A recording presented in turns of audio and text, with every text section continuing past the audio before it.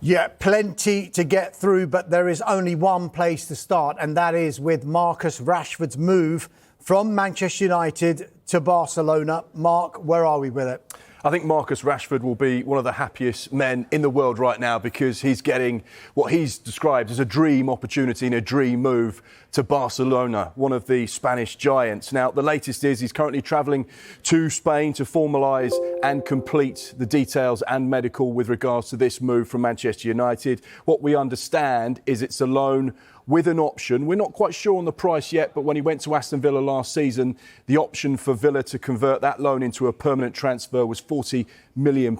You'd imagine it'll be a similar sort of figure in this regard as well. Barcelona will cover Marcus Rashford's wages, which are believed to be in excess of £300,000 a week. One of the key things here, Dharmesh, is that Hansi Flick, the head coach of Barcelona, gave this move the green light. So when you've got a green light from the boss who wants a player to join, I think it says a lot about how they feel about Marcus Rashford. We've been speaking throughout the course of this summer about their desire to sign a left-sided winger/striker, which he is. We know that that list consisted of Nico Williams and Luis Diaz, but Marcus Rashford was on their list and he was a player very much on their radar. He's still got 2 years left on his contract at the end of this loan as well. So Manchester United is still very much in the driving seat with regards to Marcus Rashford's future. However, depending on how this season goes, will obviously have a big effect on what happens moving forward.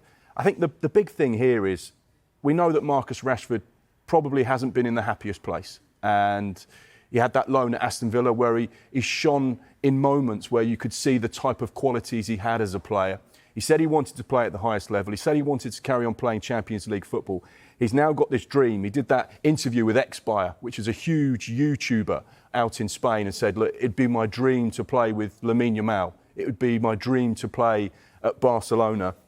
Well, that dream is now coming true. Hopefully we'll see a happy Marcus Rashford on the pitch at the Nou Camp, and then hopefully he can start getting back to his very best. Just picking up on what you said there with regard to Marcus Rashford's contract situation, that's key in this deal, isn't it? Because there was talk, do Manchester United want to perhaps make it an obligation to buy? But because he's still got 2 years left after this loan move expires, if Barcelona don't take up the option, they've still got that vital bit of breathing space, haven't they, to still get good money for Marcus Rashford if they decide to sell him next summer. That's something Manchester United have been quite clever with a lot of the players they've sent out on loan. They've either got all of the wages covered and got a loan fee, or they've got some kind of incremental payment depending on performances. So Manchester United have done this with a lot of their players, and this will be very much the case with Marcus Rashford.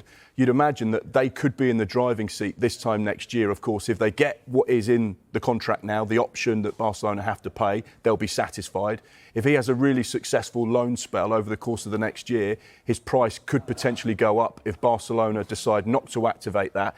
And then in the European market, he could still have quite a hefty value because of his performances over the course of the next year. So it certainly feels like the right move for all parties. We know that there's been 5 Manchester United players that are all subject to the exit door at Old Trafford, Marcus Rashford being one of them and being the first one to depart the club. It feels like that noise and that unsavoury atmosphere that perhaps could have gone on for longer periods of time over the course of this summer will now dissipate, and he can start to get back to his very best. Big incentive as well, and the reason why it probably works for all parties, this deal, is the fact that there's a World Cup at the end of the season. So Marcus Rashford, for his own future, needs to be playing football. Barcelona, what a stage to be playing your football. And if he plays well, he could get into the England squad.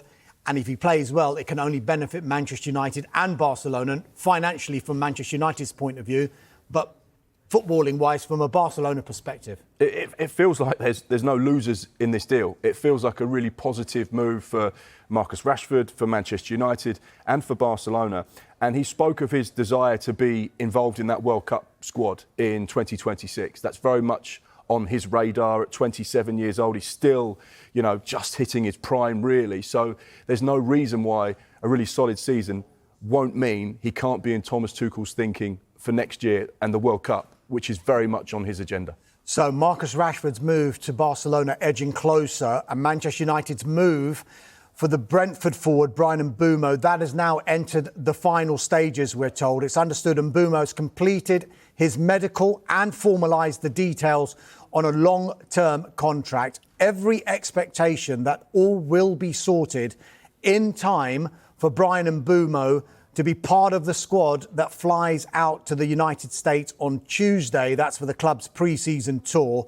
Just a reminder of that deal, it's worth £71 million in total. United will pay an initial £65 million, that's in 4 instalments, plus £6 million in performance-related add-ons. And you touched on it before, those 5 players who potentially could leave. I think the priority for Manchester United now, I know the fans are asking about Mbeumo and trying to bring in a striker straight after. Right now, the priority for Manchester United is get the Bryan Mbeumo deal over the line, sort out the Marcus Rashford deal, and then sort out potential departures for the likes of Jadon Sancho, Alejandro Garnacho, Antony, and of course...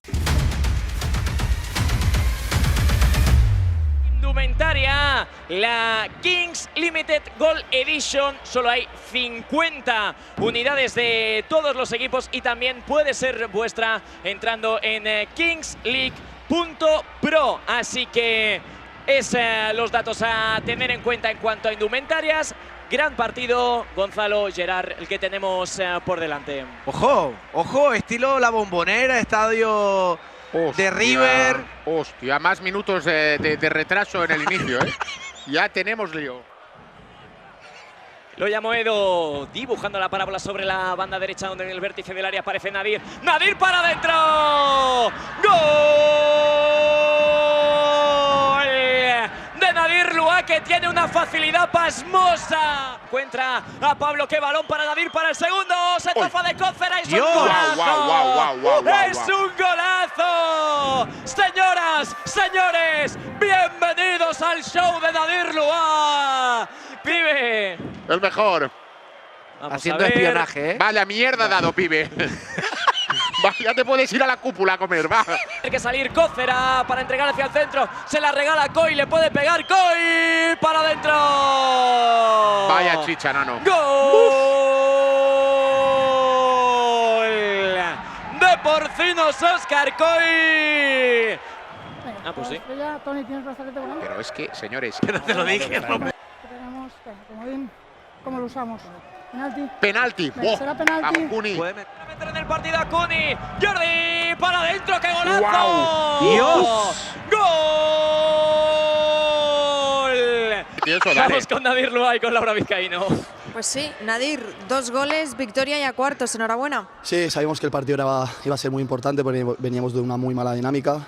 El equipo ha estado bien, sufríamos defensivamente y creo que hemos estado muy juntitos. Y nada, primer objetivo cumplido.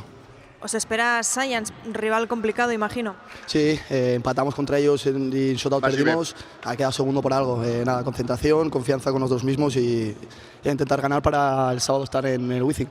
Os lo veremos mañana, mucha suerte.